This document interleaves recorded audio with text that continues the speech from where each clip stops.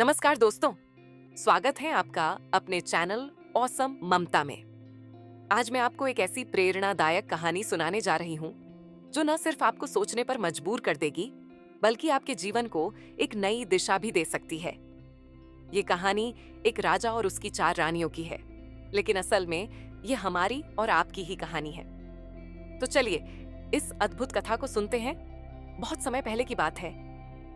एक शक्तिशाली राजा था जिसके पास असीमित धन दौलत थी, बड़ी सेना थी, भव्य महल थे और उसकी 3 रानियां थीं। लेकिन राजा बहुत अहंकारी था। उसे लगता था कि यह सब सदा के लिए उसका रहेगा। एक दिन एक बुद्धिमान साधु उस राज्य में आया। उसकी ख्याति दूर दूर तक फैली थी। राजा ने उसे अपने दरबार में बुलाया और कहा, साधु महाराज, मैं इस संसार का सबसे धनी और शक्तिशाली राजा हूं। मुझे कोई हरा नहीं सकता। मेरे पास सब कुछ है। साधु मुस्कुराए और बोले, राजन, क्या मैं आपसे एक प्रश्न पूछ सकता हूं? राजा ने गर्व से कहा, बिल्कुल पूछिए। साधु ने कहा, यदि आपको अभी इस संसार से जाना पड़े तो कौन आपके साथ जाएगा?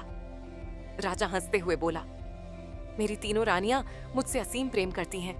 वे अवश्य मेरे साथ चलेंगी। साधु ने राजा को चुनौती दी, तो क्यों न हम अभी इसे परख लें।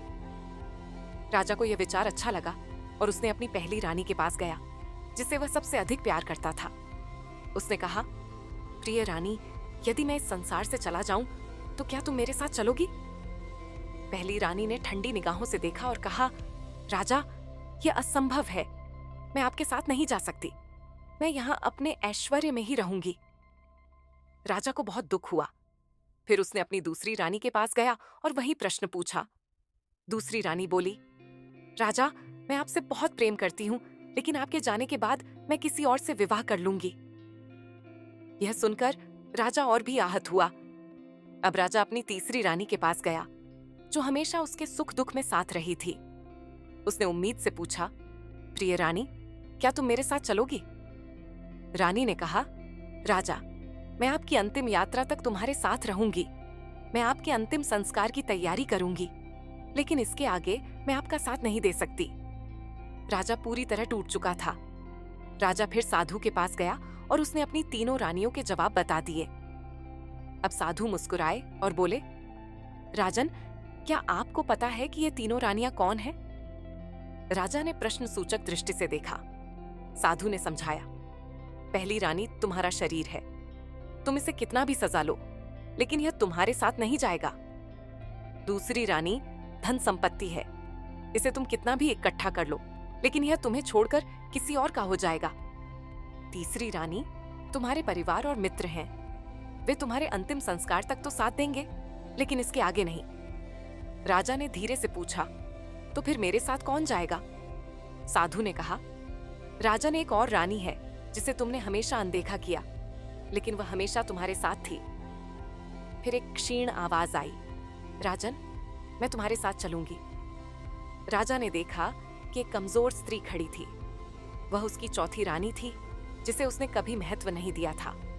साधु बोले, यह तुम्हारी आत्मा है। यह सदैव तुम्हारे साथ रहती है, लेकिन तुमने इसे नजरअंदाज किया। यदि तुम अपने जीवन में शांति चाहते हो, तो अपनी आत्मा की देखभाल करो, ध्यान करो और सच्ची आध्यात्मिकता को अपनाओ। राजा की आंखों में आंसू आ गए। उसने साधु के सामने सिर झुका दिया और कहा, मुझे सत्य का ज्ञान हो गया। अब मैं अपने जीवन को आत्मा की शुद्धि में लगाऊंगा। दोस्तों, यह कहानी सिर्फ राजा की नहीं, बल्कि हम सभी की है। हम अपने शरीर, धन और परिवार की चिंता करते हैं, लेकिन आत्मा को भूल जाते हैं। जीवन में आत्मा की देखभाल करें, ध्यान और सत्कर्मों के द्वारा इसे शुद्ध करें, क्योंकि अंत में यही आपके साथ जाने वाली है। जीवन में असली साथी आपकी आत्मा ही होती है। अगर आपको यह कहानी पसंद आई हो, तो इसे अपने दोस्तों और परिवार के साथ जरूर साझा करें। और हाँ, चैनल को सब्सक्राइब करना न भूलें, क्योंकि मैं आपके लिए ऐसी ही प्रेरणादायक कहानियां लाती रहती हूँ। तो चलिए मिलते हैं नेक्स्ट वीडियो में एक और कहानी के साथ। तब तक खुश रहिए, मुस्कुराते रहिए। धन्यवाद।